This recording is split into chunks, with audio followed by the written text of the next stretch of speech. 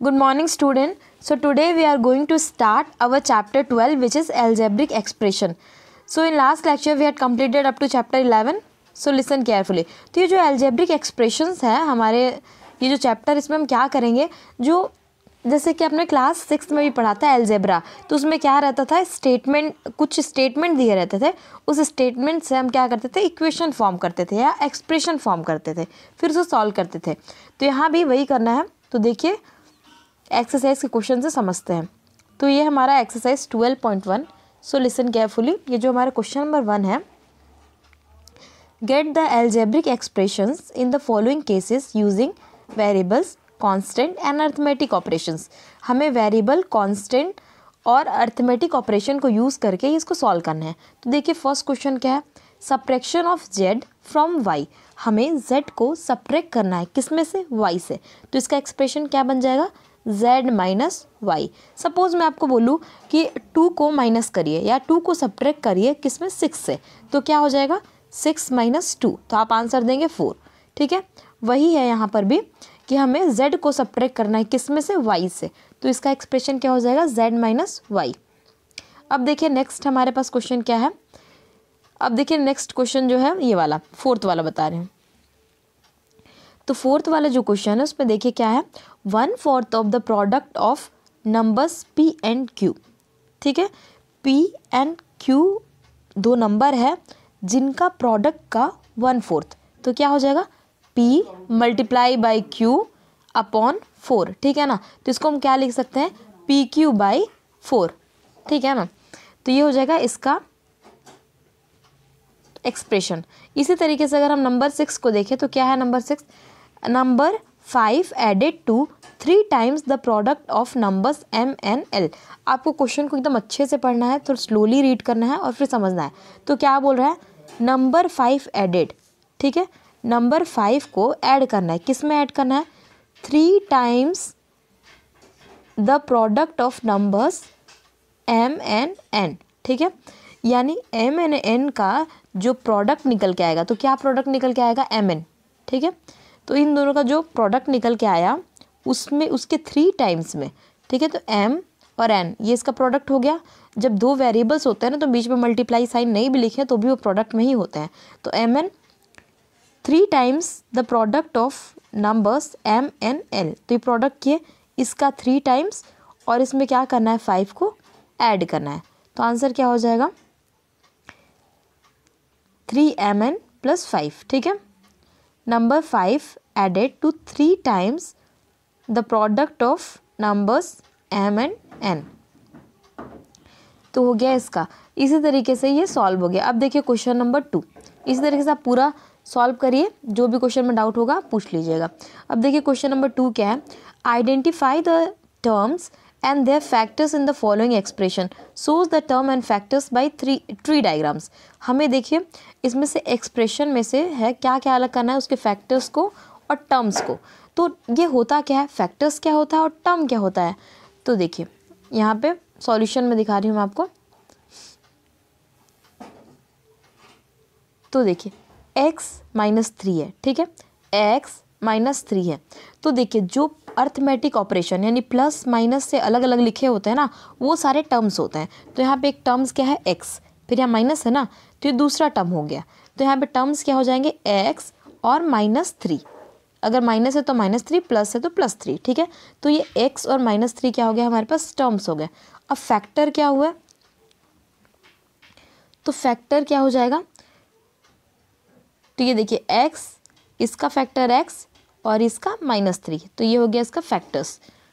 अब इसे tree diagram में दिखाना है, तो ध्यान दीजिए x का फैक्टर क्या हो जाएगा, x के साथ कौन मल्टीप्लाई में है, तो जो मल्टीप्लाई में रहता है उसको ही फैक्टर बोलते हैं। और माइनस 3 के साथ कौन मल्टीप्लाई में है, तो 3 और माइनस 1। ठीक है, तो ये इसको हम ट्री डायग्राम से अलग कर दिए। x माइनस 3 को क्या कर दिए, x, फिर यहाँ माइनस 3, फिर x को अलग कर दिए और 1 को अलग कर दिए, इसमें माइनस 1 को अलग कर दिए और 3 को अलग कर दिए। इसी को हम लोग ट्री एक्सप्रेशन बोलते हैं। ठीक है, ट्री फॉर्म में। अब देखिए इसका क्वेश्चन नंबर 2 क्या है, तो इसी तरीके से आपको सारे क्वेश्चन को अलग अलग करना है ना, ट्री डायग्राम बना के। अब देखिए क्वेश्चन नंबर 2 क्या है, identify terms and factor in expression given below. हमें ये जो क्वेश्चंस दिए हैं ना, इसमें से हमें फैक्टर्स और टर्म्स को अलग अलग करना है। तो देखिए -4x + 5 है, ठीक है। तो इसमें टर्म्स कौन कौन हो जाएगा, तो पहला टर्म हो जाएगा 4x -4x और दूसरा टर्म क्या हो जाएगा +5, ठीक है। अब इसमें फैक्टर्स क्या हो जाएगा, तो x का जो फैक्टर है -4x है ना, फैक्टर किसको बोलते हैं, जो उसका मल्टीपल होता है, मतलब जो उसके साथ मल्टीप्लाई में होता है। तो x है ये -4x, -4 क्या हो जाएगा इसका फैक्टर। ये देखिए इसका सॉल्यूशन, यहाँ पे हमने टर्म्स को और फैक्टर्स को अलग अलग किया है। तो देखिए टर्म्स क्या हो जाएगा, ये वेरिएबल वाला ही टर्म्स होता है ना, ये देखिए, और कांस्टेंट वाला यहाँ पे लिखा हुआ है। तो -4x और 5, तो फैक्टर क्या हो जाएगा x का -4, और ये 5 का 5 ही फैक्टर है ना। यहाँ पे देखिए -4x, तो -4 इसका फैक्टर हो जाएगा x का। यानी फैक्टर मतलब जैसे कि अगर हम 6 बोले तो 6 का फैक्टर कौन कौन सा होता है, तो 1 होता है, 2 होता है, 3 होता है, 6 होता है, ठीक है। तो इसी तरीके से अगर हमारे पास कुछ वेरिएबल्स दिया है, -4x है, तो इसका फैक्टर क्या क्या हो जाएगा, -4 होगा और x होगा, और 5 है तो 5 का 5 होगा, ठीक है। तो इसी तरीके से ये पूरा कंप्लीट करना है आपको, ठीक है ना। सारे क्वेश्चंस को कंप्लीट कर लीजिए। ये देखिए, ये जो पहला वाला जो 2 का a था ना, उसका ये वाला ट्री डायग्राम को ऐसे करेंगे हम, 1 को अलग किए, फिर 1 का 1 से, फिर x किए, इसका फैक्टर 1 है, फिर x² है, तो इसको x और x में तोड़ दिए, ठीक है। अब देखिए नेक्स्ट क्वेश्चन समझते हैं, क्वेश्चन नंबर 3। तो क्वेश्चन नंबर 3 क्या है, identify the numerical coefficient of the term in the following expression. हमें क्या करना है, इसमें से आइडेंटिफाई करना है क्या, न्यूमेरिकल कोफिशिएंट, ठीक है।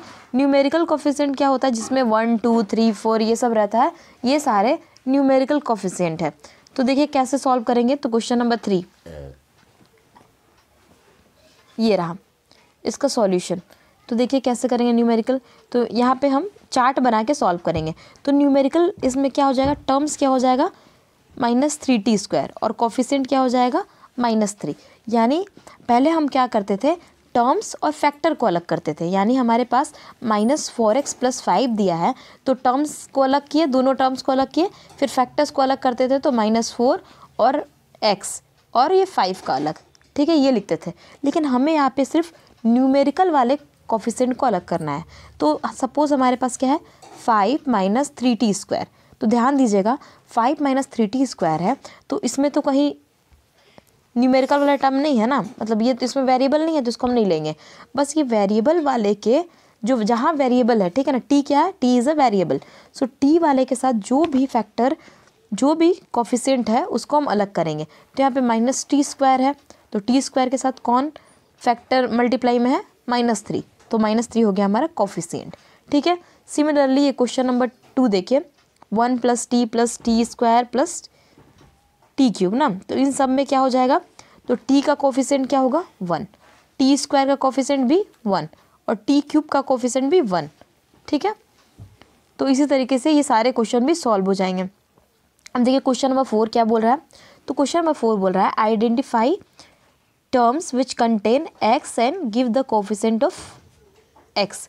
हमें आइडेंटिफाई करना है जिस टर्म में x कंटेन है, ठीक है, यानी जो वैसा टर्म जो x को कंटेन करता है वो निकालना है और उसका कोफिशिएंट निकालना है। तो देखिए क्वेश्चन नंबर 1, तो क्वेश्चन नंबर 1 क्या है, ध्यान से देखिए यहाँ पे। तो ये क्वेश्चन नंबर 1 क्या है, y² x + y, ठीक है। तो इसमें कौन सा ऐसा टर्म है, टर्म समझ गया ना, टर्म मतलब जो प्लस और माइनस से एक दूसरे को अलग है, उसको टर्म बोलते हैं। तो ये देखिए ये वाले टर्म में देखिए x कंटेन है, इसमें नहीं है तो इसको छोड़ देंगे। x वाले में तो ये क्या हो जाएगा y² और x। अब देखिए y² x में से x का कोफिशिएंट क्या होगा, तो x को छोड़ के जो भी उसके साथ मल्टीप्लाई में रहता है वो उसका कोफिशिएंट होता है। तो x के साथ क्या मल्टीप्लाई में है, y², so y² is a coefficient. तो x का कोफिशिएंट क्या हो जाएगा y², आंसर। अब सेम देखिए क्वेश्चन नंबर 2, तो क्वेश्चन नंबर 2 में क्या है, 13y² - 8yx, ठीक है। तो इसमें x कौन सा कंटेन करता है, ये वाला टर्म, तो -8yx बस x को कंटेन करता है। अब देखिए x का कोफिशिएंट इसमें क्या हो जाएगा, तो x को छोड़ के जो भी मल्टीप्लाई में है सारा उसका कोफिशिएंट होता है, तो -8y, ठीक है, तो ये इसका आंसर हो जाएगा। तो देखिए इसका सॉल्यूशन में भी आप देख सकते हैं।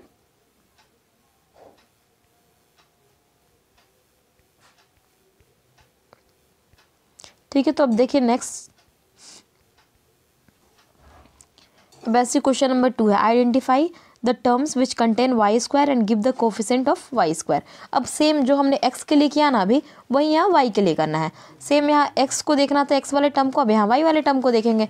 तो इसमें वाई वाला टर्म देखिए क्या है, क्वेश्चन नंबर 2 में 5y स्क्वायर, तो 5y स्क्वायर को लिखेंगे। अब वाई स्क्वायर को छोड़ करके इसके साथ जो भी मल्टीप्लाई में वो उसका कोफिशिएंट हो जाएगा। तो वाई स्क्वायर के साथ क्या मल्टीप्लाई में 5, तो 5 इज़ अ कोफिशिएंट। ठीक है, तो अब देखिए क्वेश्चन नंबर 5। तो क्वेश्चन नंबर 5 क्या है, classify into monomial, binomial and trinomial.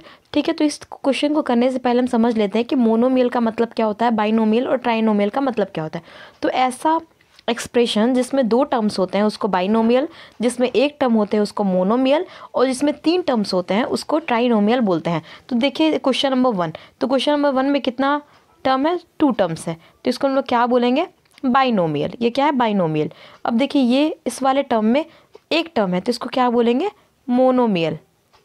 ठीक है, ये हो जाएगा monomial. Similarly question number 3, question number 3 में कितना टर्म है, 3 टर्म्स है। टर्म्स किसको बोलते हैं पता है ना आपको, जो प्लस और माइनस से एक दूसरे से अलग होते हैं। ठीक है, ये अर्थमेटिक एक्सप्रेशन से अलग होते हैं। तो देखिए एक्स एक टर्म है, वाई एक टर्म है और एक्स वाई एक टर्म है, तो 3 टर्म्स हुए, तो इसको हम लोग क्या बोलेंगे, ट्राइनोमियल। ठीक है, इसी तरीके से यहाँ पे देखिए क्वेश्चन नंबर 7 में 2 टर्म्स है, तो इसको हम लोग क्या बोलेंगे, बाइनोमियल। वैसे ही 3 टर्म है तो ट्राइनोमियल, 2 टर्म है तो बाइनोमियल और 1 टर्म है तो मोनोमियल। ठीक है, तो अब देखिए क्वेश्चन नंबर 6। क्वेश्चन नंबर 6 में क्या है, state whether a given pair of terms is of like और अनलाइक। अब हमें क्या पता करना है, लाइक और अनलाइक टर्म। तो इसको सॉल्व करने से पहले ये समझ लिए कि लाइक टर्म और अनलाइक टर्म क्या होता है। तो लाइक टर्म वो होता है जिसमें कि सेम एल्जेब्रिक एक्सप्रेशन मतलब वेरिएबल्स होते हैं। ठीक है, यानी x है तो दोनों में x होगा, तो वो क्या हो जाएगा, लाइक। लेकिन अगर एक में x हो और दूसरे में y हो तो वो दोनों क्या हो जाएगा, अनलाइक। एक में x स्क्वायर हो और दूसरे में y स्क्वायर या फिर x हो तो ये भी क्या हो जाएगा, अनलाइक। यानी सेम वेरिएबल्स मिलने चाहिए तभी वो लाइक फंक्शन होता है। देखिए यहाँ पे देखिए फर्स्ट वाले में क्या है, 1 और 100, 1 भी क्या है कांस्टेंट और 100 भी क्या है कांस्टेंट, तो ये क्या हो जाएगा, लाइक फंक्शन। ठीक है, लाइक टर्म बोलेंगे इसको। अब देखिए क्वेश्चन नंबर 2 देखिए, इसमें 7 -7x है और 5/2x है, तो दोनों x का ही टर्म है, तो ये क्या हो जाएगा, लाइक टर्म। पर क्वेश्चन नंबर 3 क्या है, x देखिए -29x और यहाँ क्या है -29y, तो ये दोनों अलग अलग हो गए ना, x और y, एक x हो गया एक y हो गया, तो ये अनलाइक टर्म है। इसी तरीके से देखिए क्वेश्चन नंबर 6 भी अनलाइक है, क्यों, क्योंकि यहाँ x और z है और वहाँ x स्क्वायर और z स्क्वायर है, तो दोनों अलग अलग हो गए ना, तो इसलिए ये भी अनलाइक टर्म है। तो अब देखिए क्वेश्चन नंबर 7, तो ये आपके लिए होमवर्क है। क्या करना है इसमें, आइडेंटिफाई करना है like terms in the following. Like terms कौन कौन से हैं, इतना सारा दिया है एक्सप्रेशन, ठीक है, टर्म्स ना, तो आप उसको अलग अलग लिखिए पहले टर्म्स को, फिर देखिए कौन कौन लाइक है। देखिए एक्स वाई स्क्वायर, तो जहाँ एक्स वाई स्क्वायर होगा ना वो उसका क्या होगा, लाइक फंक्शन, तो देखिए यहाँ पे है, तो ये दोनों लाइक टर्म है। सिमिलरली वाई एक्स स्क्वायर, तो और कहीं है वाई एक्स स्क्वायर, देखिए यहाँ पे है, भले ही वो आगे पीछे लिखा है उससे कोई फ़र्क नहीं पड़ता है, बस दोनों मल्टीप्लाई में है ना, तो ये हो जाएगा लाइक फंक्शन, तो ये इसके साथ लाइक है। ठीक है, एक्स स्क्वायर वाला एक्स स्क्वायर के साथ होगा, तो इसी तरीके से आपको ये सॉल्व करना है, ये आपका होमवर्क है। ठीक है, इसी के साथ ये एक्सरसाइज कंप्लीट हो गया है। अब नेक्स्ट एक्सरसाइज मैं नेक्स्ट वीडियो में बताऊँगी। ठीक है, तो आज के लिए इतना ही, मिलते हैं नेक्स्ट लेक्चर में। Thank you.